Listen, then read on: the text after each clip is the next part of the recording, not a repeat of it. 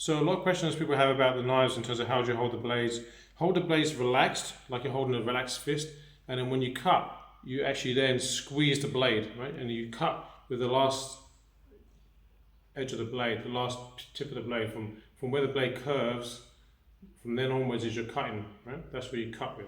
So when you cut, you want to feel you have that timing to squeeze your fist just as you cut with the blade, okay? Just as you extend. So when you extend out, you don't want to hit with the middle of the blade. You want to slightly flick the blade open to make sure you cut with the tip of the blade and cut with the tip of the blade. And then when you stab, you want to thrust and thrust, and then when you pull back, you want to pull back with the elbow to rip with the blade. Okay, so make sure you thrust. You see some people thrust very high, it's very much in the shoulders.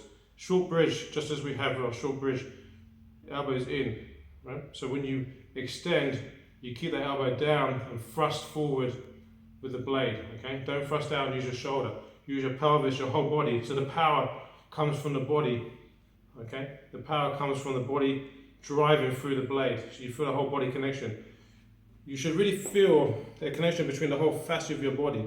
So when you sink in your stance, you should feel like you're wrapped in plastic and everything is extended from your body into the blade. So every time you strike with the blade, you should feel that your whole body is wrapped from toe to ankle to knee to hip to elbow to shoulder into the blade. Okay, so you want to feel that fascia connection. The good thing about having a weight is it makes you mindful of where your balance is and where your body is. So if the weight is dragging you forward, that's no good. You want to feel you're always in control of the blade, in control of the weight. So short bridge, elbows in, piercing. When you're chopping, you're really developing your wrist and elbow connection and body power. When you chop, you feel your whole body connects to your toes. So as you hit, you feel your toe grips the ground as you hit. You should feel your whole body is connected.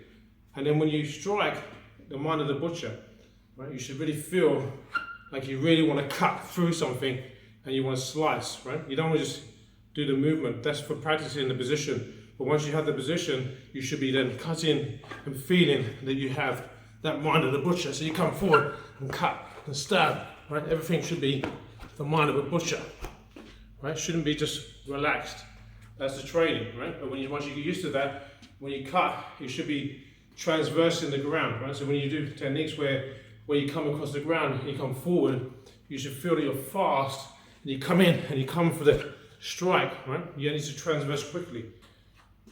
When you forward step and brace, you want to feel your whole body is working. When you come back, you want to feel you slash and drag, your whole body is connected. Don't just lazy walk back and use your arms, right? When you go backwards, make sure you go backwards. Cut, cut. When you come forward, make sure you come forward, you look to cut, to finish them, right? To stab, right? You want to be aggressive with your knives.